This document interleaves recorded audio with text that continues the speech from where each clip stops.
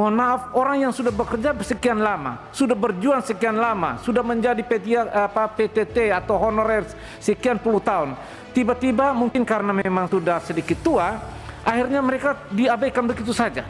Kekecewaan mendasar yang mereka dapatkan itu kadang-kadang menjadi sesuatu yang menggugah kita.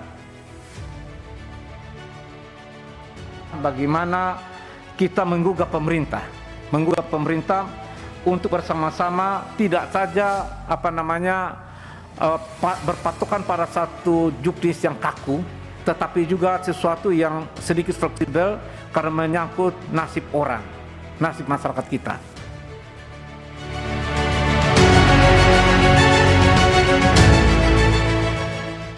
Selanjutnya, mengingat efektivitas waktu, kami persilahkan untuk menyampaikan paparan dan penjelasan sesuai dengan agenda. Karena Pak Wali Kota Kupang ini pernah menjadi anggota Komisi 10,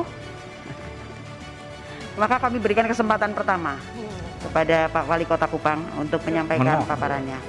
Silakan Pak. Assalamualaikum warahmatullahi wabarakatuh. Om Swastiastu, Namo Buddhaya, Salam Kebajikan, Salam. Yang saya hormati Ibu Pimpinan, Ibu Agustin, Bapak Pimpinan, Pak Tri, Ibu Hetiva, dan Bang Dede. Terima kasih banyak kami diundang ke sini dalam satu kegiatan yang sangat luar biasa. Bagaimana perhatian luar biasa dari kawan-kawan Komisi 10 untuk saudara-saudara kita P3K yang ada di Indonesia. Ini sesuatu yang sangat luar biasa dan memang satu kejutan buat kami sebagai sebagai wali kota bisa hadir bersama-sama ini sekalian melihat situasi dan kondisi yang sangat sudah luar biasa di Komisi 10 ini. Secara singkat, karena kita ada 5 orang, saya kira tidak perlu banyak lama-lama kita berbicara. Apa yang disampaikan oleh Ibu Pimpinan tadi hampir semuanya sudah menggambarkan apa yang terjadi di daerah kami. Terus terang aja secara spesifik, di Kota Kupang itu ada formasi atau P3K yang untuk di pendidikan itu sekitar 959 orang. Dan formasi yang diberikan oleh kementerian kepada kami adalah 756 orang. Dan yang baru diberikan 742, kemudian yang baru masuk ke kami ada 2 tahap, yaitu tahap pertama 212 orang dan tahap kedua 214 orang. Apa fenomena yang disampaikan pimpinan tadi, saya kira hampir sama terjadi di daerah-daerah termasuk di Kota Kupang sendiri. Saya secara singkat mau menyampaikan beberapa hal atau kendala yang mungkin menjadi pertimbangan sejalan atau searah dengan perjuangan dari Komisi 10 untuk membantu semua saudara-saudara kita di yang P3K. Yang pertama, bahwa sesungguhnya niat pemerintah untuk menyampaikan, untuk memperjuangkan P3K ini satu niat yang sangat tulus. Bagaimana pemerintah berpikir untuk menolong semua saudara-saudara kita yang selama ini dalam tanda petik terkatung-katung nasibnya. 1 juta P3K yang menjadi harapan pemerintah itu juga diterima dengan luar biasa oleh kami di kabupaten kota. Namun sangat disayangkan memang ada beberapa kendala yang menjadi catatan buat kami sebagai pemimpin di kabupaten kota. Yang pertama catatan kami bahwa proses untuk menentukan kelulusan itu seyogianya kalau menurut kami diberikan tanggung jawab kepada kami pimpinan daerah yang paling tahu, karena tujuan kita adalah bagaimana membantu mereka pada umumnya dengan tetap memperhatikan kemampuan mereka dalam proses mengajar. Karena kadang-kadang mohon maaf, orang yang sudah bekerja sekian lama, sudah berjuang sekian lama, sudah menjadi PTT atau honorer sekian puluh tahun, tiba-tiba mungkin karena memang sudah sedikit tua, akhirnya mereka diabaikan begitu saja. Kekecewaan mendasar yang mereka dapatkan itu kadang-kadang menjadi sesuatu yang menggugah kita.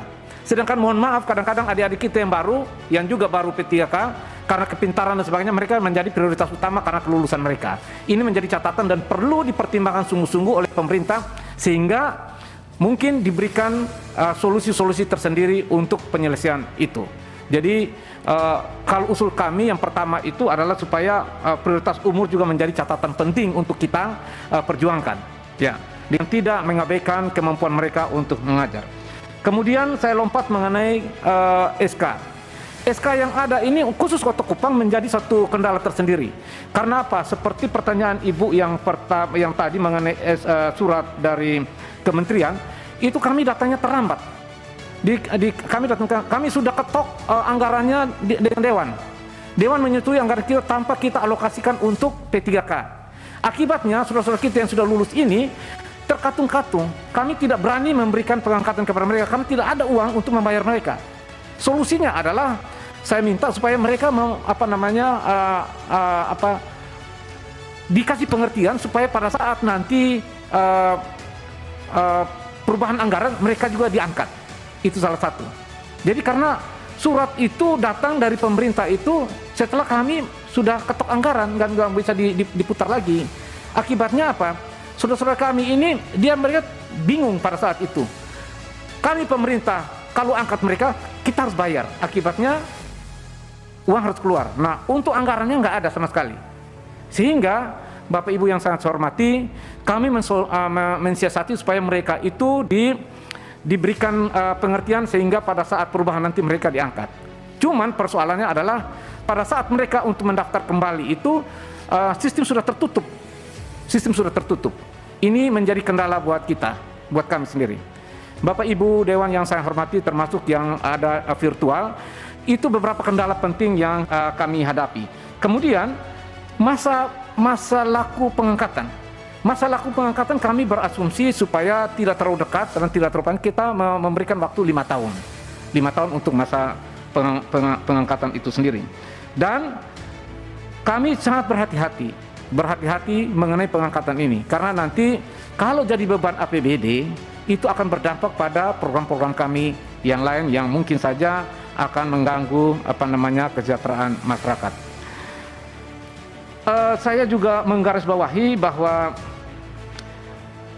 saya mencatat bahwa solusi-solusi yang perlu kita kembangkan adalah bagaimana kita menggugah pemerintah untuk bersama-sama tidak saja berpatokan pada satu juknis yang kaku, tetapi juga sesuatu yang sedikit fleksibel karena menyangkut nasib orang, nasib masyarakat kita, nasib anak-anak kita. Jadi saya kira secara singkat itu yang ingin kami sampaikan. Dan kalau ada nanti diskusi kita bisa tambahkan karena memang beberapa teman-teman kita ini harus juga menyampaikan. Dan saya percaya kalau ada penambahan guru-guru PAUD dan guru-guru agama memang kita sangat butuhkan juga. Dan itu saya berharap nanti teman-teman Komisi 10 juga bisa memperjuangkan atau memberikan masukan ke kementerian untuk bagaimana mensiasati guru-guru ini. Jadi sekali lagi Bapak Ibu yang sangat saya hormati, di Kota Kupang sendiri masih ada begitu banyak 400 orang lebih yang belum bisa terakomodir dengan adanya program ini. Baru hanya sebagian 50% atau 50% dari yang ada kami punya yang baru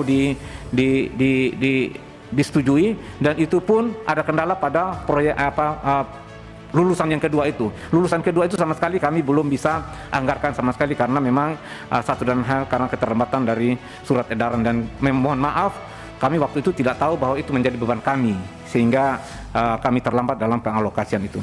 Saya kira itu saja dari saya. Wassalamualaikum warahmatullahi wabarakatuh. Om Santi Santi Santi Om. Namo Buddhaya, salam kebajikan dan salam sehat buat kita semua. Terima kasih.